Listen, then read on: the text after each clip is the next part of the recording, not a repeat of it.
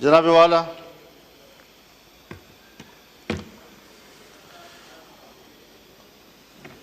فروری سے لے کر آج تک اس ایوان میں ہم ابھی تک اس صورتحال سے باہر نہیں نکلے جب ایک رکن اسمبلی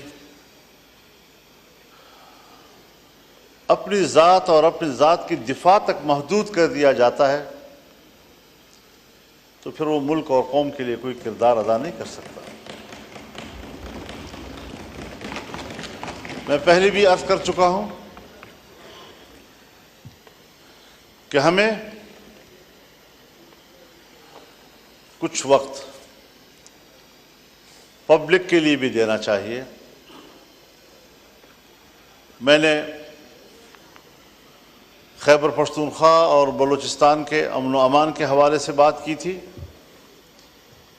شاید جناب اسپیکر آپ کے علاقوں میں اس کی حساسیت کا ادراک نہیں ہو پا رہا ابھی تک۔ جن علاقوں میں ذرا امن ہے، کچھ سکون ہے، وہ اس کا ادراک نہیں کر پا رہے کہ جو صورتحال آج خیبر پختونخوا میں ہے یا بلوچستان میں ہے۔ اللہ تعالیٰ اس ملک کو سلامت رکھے، ہمیں اس وطن کی سلامتی، اس کی وحدت اور اس کی یکجہتی عزیز ہے۔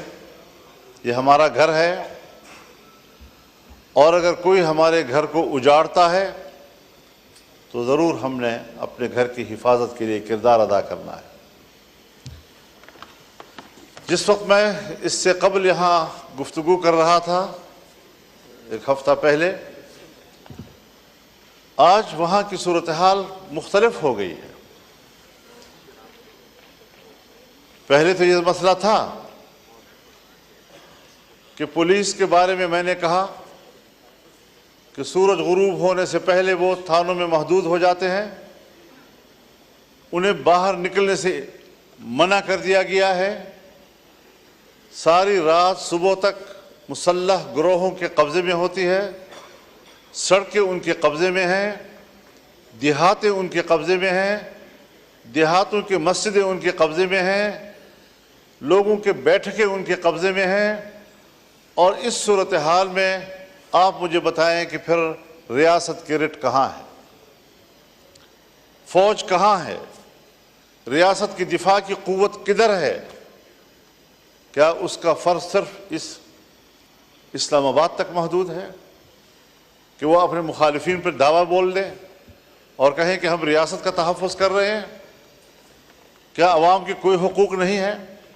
آج وہاں پر پولیس نے دھرنے دیے ہوئے ہیں، لکی مروت سے دھرنا شروع ہوا ہے، اور اب یہ ڈیرہ اسماعیل خان میں بھی بڑھ رہا ہے، صورتحال وہاں بھی پھیل رہی ہے، باجوڑ میں بھی چلا گیا ہے، بنو میں بھی چلا گیا ہے، اور مختلف اضلاع میں اگر پولیس نے دھرنا دے دیا، بائیکاٹ کر دیا، اپنے فرض کے انجام دہی سے پیچھے ہٹ گئے، آپ مجھے بتائیں کہ کیا صورتحال ہوگی؟ ہماری نہ سنی جائے، کم از کم اپنے ریاستی ادارے پولیس کے تو سنی جائے۔ کہاں ہم کھڑے ہیں؟ کیوں اس چیز کا احساس نہیں ہو رہا ہمارے لیے؟ ہم لگے ہوئے ہیں کہ صاحب ہمارے ہاں آئینی ترامیم کی جائیں، ہمارے ہاں ادارے اور اداروں کے بڑے وہ اپنے ایکسٹینشن کے لیے فکر مند ہیں، اپنے اداروں کی اصلاح اور تقویت کے لیے فکر مند نہیں ہیں۔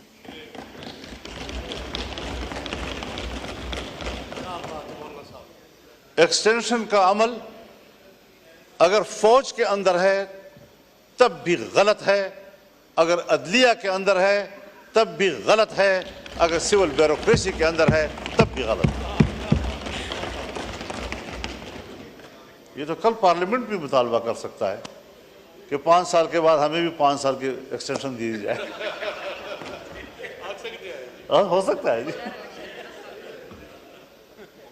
اگر کورٹ کو حق حاصل ہے، اگر فوج کو حق حاصل ہے، اگر بیوروکریسی کا حق حاصل ہے، پارلیمنٹ تو سپریم ہے، اس کو تو بدرجہ اولا یہ حق حاصل ہوگا. یہ روایتیں حضرت کوئی اچھی روایات نہیں ہیں. اور میں برملا اس بات کا اظہار کرنا چاہتا ہوں کہ اس حوالے سے ہماری پوزیشن بالکل واضح ہے.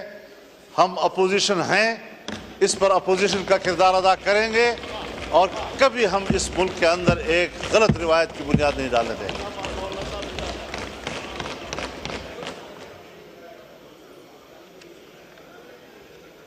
جناب اسپیکر، ہم ان مراحل سے گزر چکے ہیں. جنرل مشرف کا زمانہ تھا، ہم اپوزیشن میں تھے. ایل ایف او کے ذریعے انہوں نے سپریم کورٹ کے چیف کے جج کی عمر 68 سال کر دی تھی، اور ہم نے لڑ کر اس کی عمر کو 65 پہ لے آئے بڑے مشکل کے ساتھ. ایک فوجی حکومت میں فوج کے فیصلے کو ریڈیوس کیا جہاں تک ہم سے ہو سکتا تھا. میری اپنی ذاتی رائے یہی تھی کہ ان کو 62 سال تک رکھا جائے، لیکن بہرحال دوستوں کی اجتماعی رائے میں 65 سال ہوئی. اس 65 سال کے فیصلے پر ہمارے بھائی ہیں، ہمارے محترم ہیں، پاکستان پیپلز پارٹی اس وقت یہاں ہمارے ساتھ اپوزیشن میں بیٹھی تھی. اپوزیشن میں بیٹھ کر انہوں نے میرے اوپر تنقید کی تھی، ایم ایم اے اوپر تنقید کی تھی کہ آپ نے 65 سال کیوں دیے ہیں ان کو. آج آپ ان کی عمر کے اضافے میں وہاں اس بیچوں میں بیٹھ کر اس کی تائید کریں گے. کیسے کریں گے؟ کیوں کریں گے میرے بھائی؟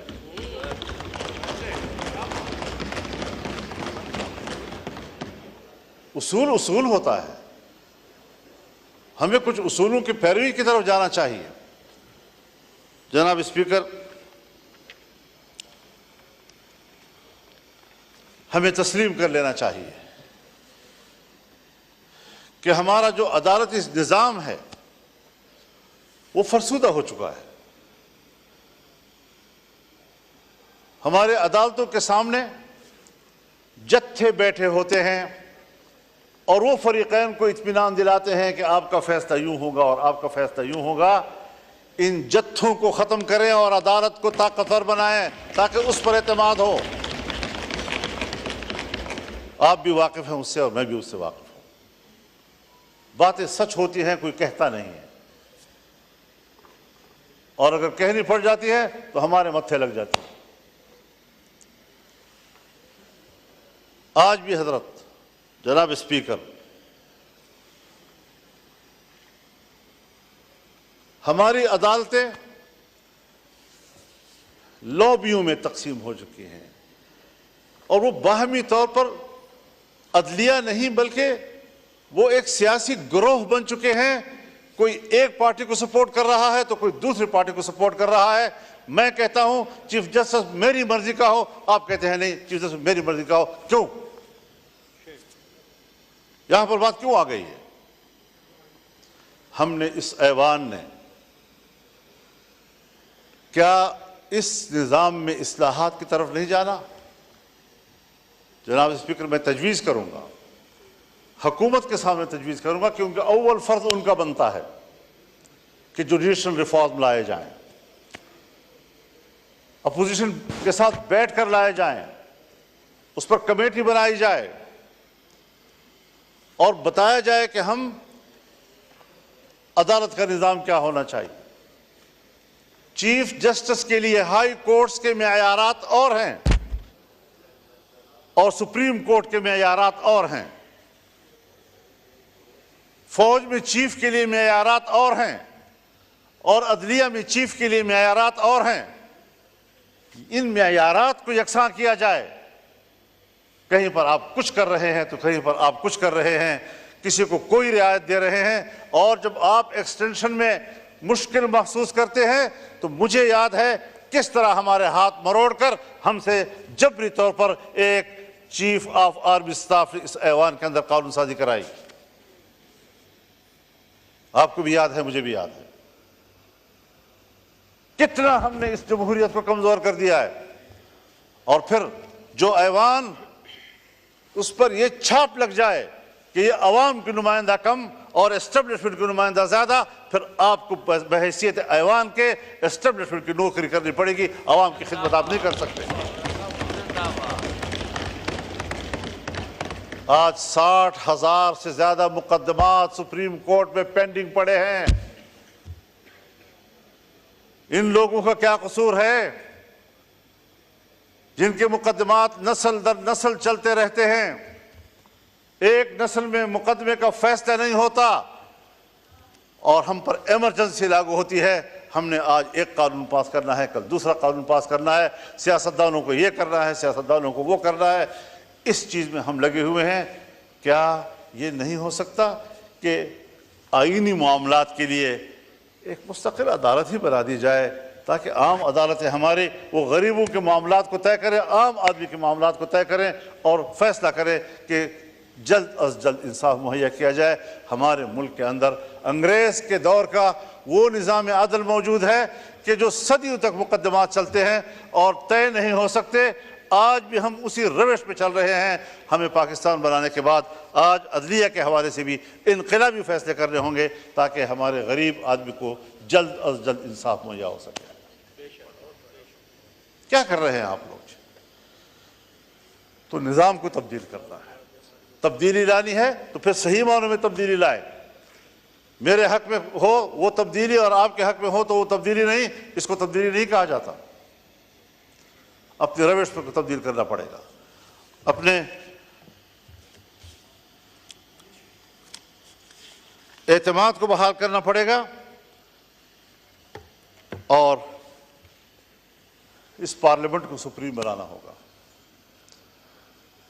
پارلیمنٹ میں اگر پارلیمنٹ سپریم ہے تو ہر ممبر یہاں پر بات کر سکتا ہے۔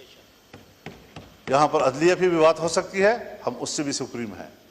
یہاں پر فوج پہ بھی بات ہو سکتی ہے، ہم اس سے بھی سپریم ہیں، لیکن سب ہمیں اپنا ماتحت سمجھتے ہیں۔ آج یہاں بات کرو توہین عدالت کا مقدمہ آ جائے گا ہمارے پیچھے۔ آج یہاں فوج کے کردار پر آپ تنقید کریں، ریاست کے کردار پر آپ تنقید کریں، آپ بلوچستان میں کیا کر رہے ہیں، آپ کے پی میں کیا کر رہے ہیں، آپ نے پورے ملک کو اپنے قبضے میں لیا ہوا ہے، امن و امان کا کوئی نام و نشان نہیں ہے، اس پر آپ بحث کریں، ایجنسیاں آ جاتی ہیں آپ کو ایوان سے پکڑ کے لے جاتی ہیں۔ وہ تو آپ کے آئین میں لکھا ہوا ہے کہ ہم عدلیہ اور فوج کے خلاف نہیں بات کر سکتے، تو اس لیے ان کی اصلاح کے لیے تو بات کر سکتے ہیں۔ جی اصلاح کے لیے تو ہاں بالکل تو بس میں اصلاح کی بات کر رہا ہوں، میں ان کو تنقید تو نہیں کر رہا، سر آنکھوں پر عدالتیں فوج کے جنرل سر آنکھوں پہ، جی تو میں اسی لیے کہہ رہا تھا کہ ججز ہمارے سر آنکھوں پہ، چونکہ لکھا ہوا ہے تو اس لیکن لیے ان کے نظام کو تو ٹھیک کریں جی تاکہ وہ جبر تو نہ کریں، آئین سے تجاوز تو نہ کریں، اخلاق سے تجاوز تو نہ کریں، پارلیمنٹ کا تقدس نہ خراب کریں۔ ہم ان کے خلاف نہیں بولیں گے، میں آپ سے وعدہ کرتا ہوں، لیکن میرے اراکین کو اس طرح گرفتار کرنے کی اجازت بھی نہیں دی جا سکتی۔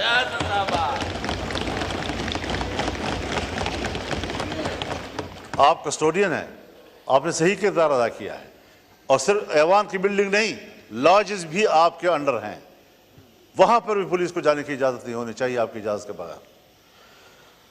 تو یہ ساری وہ صورتحال ہے۔ وہ بھی مولانا صاحب آپ کو یاد ہے کہ ایک دفعہ جب ہوا تھا اس کے بعد سب نے مل کے ڈلوایا تھا کہ لاجز بھی پارلیمنٹ کا حصہ گنا جائے گا، تو وہاں بھی آپ صحیح کہہ رہے ہیں کہ وہاں بھی جانے کی اجازت نہیں ہونی چاہیے اور ہے بھی نہیں۔ تو یہ ساری صورتحال ہے۔ ٹھیک ہے، ایک کرائٹیریا ہے کہ سینیئرٹی کی بنیاد پر فیصلے ہونے چاہیے، لیکن صرف سینیئرٹی بھی تو کافی نہیں ہوتی، ذرا ریکارڈ دیکھا جائے، اہلیت کتنی ہے اس کی، ذرا دیکھا جائے فٹنس کیا ہے اس کی۔ فالج زدہ معذور آدمی کو بھی آپ کہہ دیں کہ وہ چیف جسٹس ہو، چیف آف آرمی اسٹاف بن جائے، وہ کیسے ہو سکتا ہے؟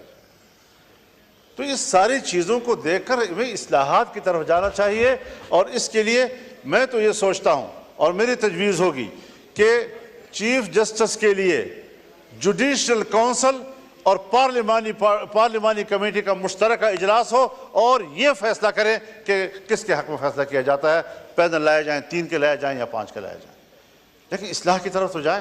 ممکن ہے میری رائے غلط ہو، میں کوئی ایسی بات نہیں کہہ رہا ہوں کہ خدا نخواستہ کوئی حتمی بات ہے، لیکن اس پارلیمنٹ کو پر اعتماد کیا جائے، اس کی کمیٹی بیٹھے، ان کے ساتھ بیٹھے، سوچے اس بات پر کہ ہم نے عدلیہ کے اندر اصلاحات کیسے لانی ہے اور ایوان میں پیش کیے جائے۔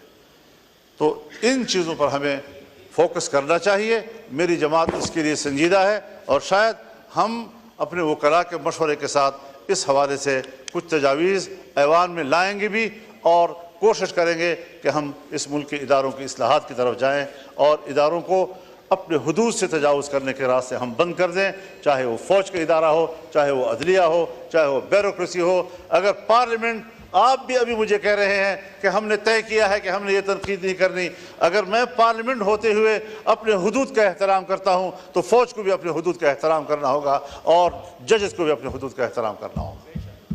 یہ اصول ہونا چاہیے۔ تو ان کی تقرری کے لیے بھی ایک میکینزم ہونا چاہیے، عدالتی اصلاحات ہونے چاہیے، آئینی امور پر کون غور کرے گا، عام آدمی کے مقدمات پر کون غور کرے گا، 60,000 پینڈنگ کیسز جو ہے وہ کس طرح طے ہوں گے، یہ ساری چیزیں وہ ہیں کہ ہمیں ان کی اصلاحات کی طرف بڑھنا ہوگا۔